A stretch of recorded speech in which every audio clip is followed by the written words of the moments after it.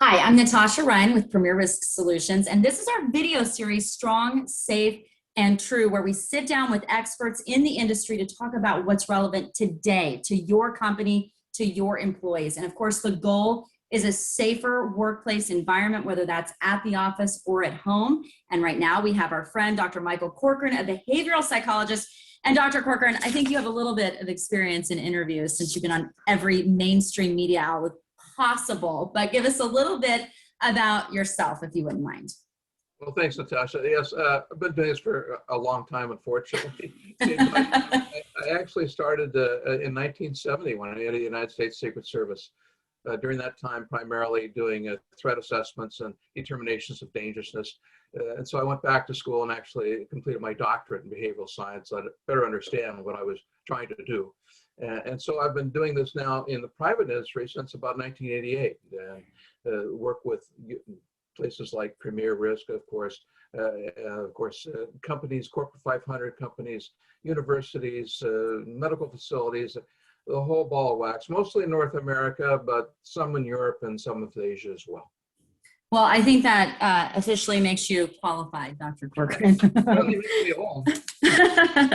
Okay, now, the main focus, of course, is what I said, but also we want to provide corporations with actionable items, right? So they equip their employees to feel like they have the tools to handle some of these situations. And we're talking a little bit serious right now in this first session about how with working from home, we're actually seeing increases in both domestic violence and suicides. So I want to pull up, I'm going to share the PowerPoint here with everyone watching, and we'll get into some of these statistics because when I saw them, I was kind of surprised, honestly. So, we see here during late June, 40% of adults reported struggling with either mental health or substance abuse.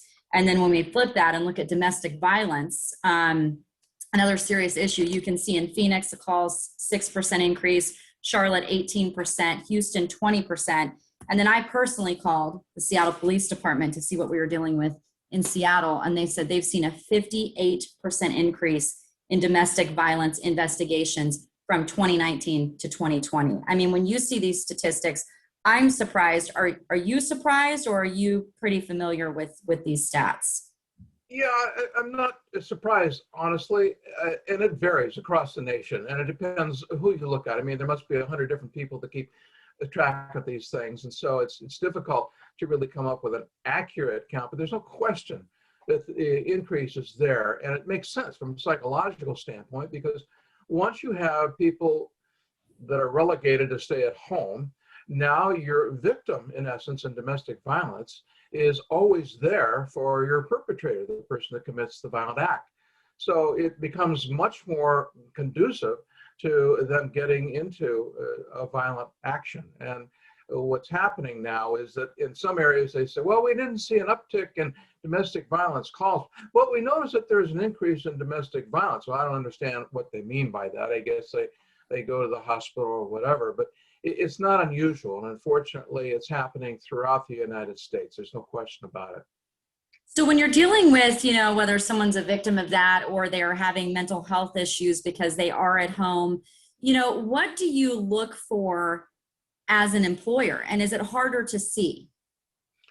Yeah, it's not harder. It really is the same as if they're in the workplace. The difference is that you have to pay a little bit more attention to what's going on with your particular employee, because unfortunately they don't always want to tell you what it is. Of course, they're embarrassed, or they feel that actually they're at fault for having this thing happen to them.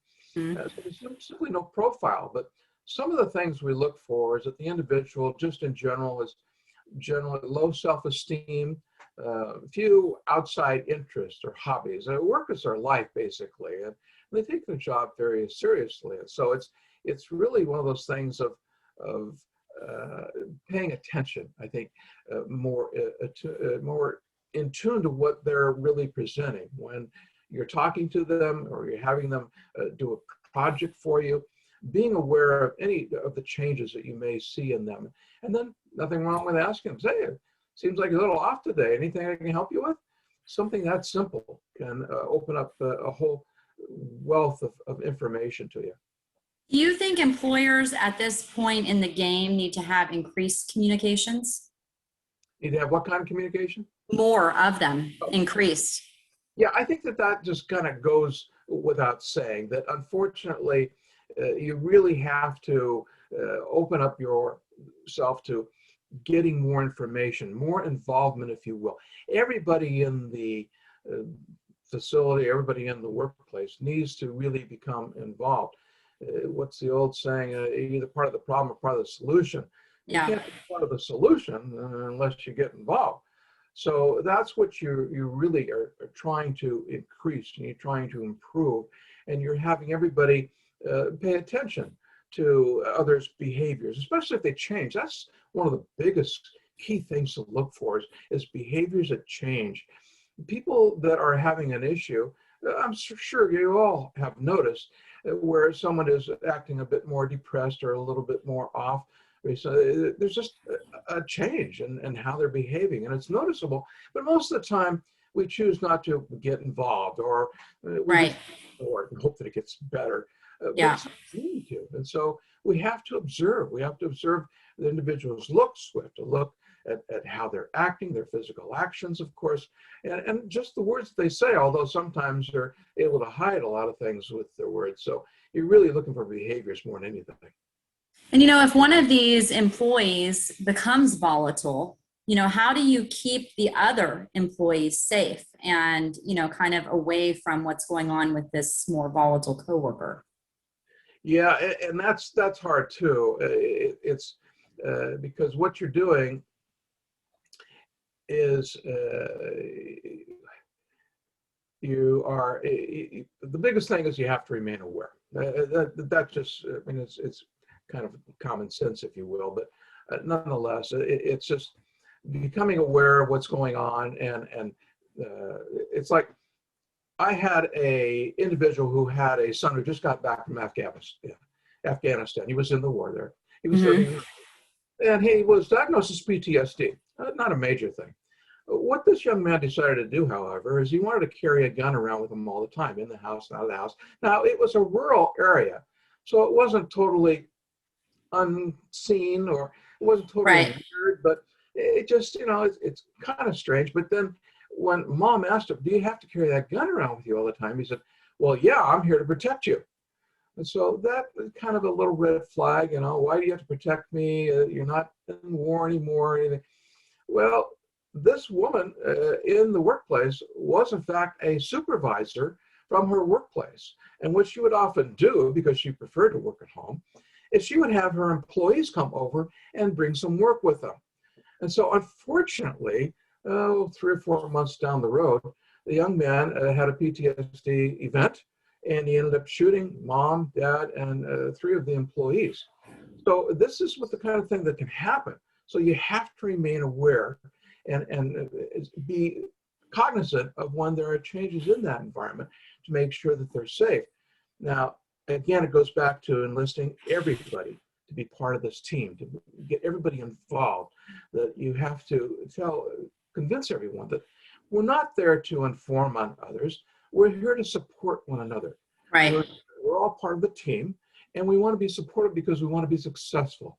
And so we need to tell each other and tell others if there is a problem so that we can get support. I'm often getting calls from some of my clients now just saying, one of our managers is having an issue. In fact, I just got one yesterday, and we're not sure what's going on. We know he had a recent divorce and he lost his father a couple of years ago, and so we'd like you to check in on him. Something that simple makes a tremendous difference. The fact that you are checking on them, at first they Yeah. might be somewhat embarrassed, but eventually they feel, oh, well, I must mean something to the company for them to want to do that.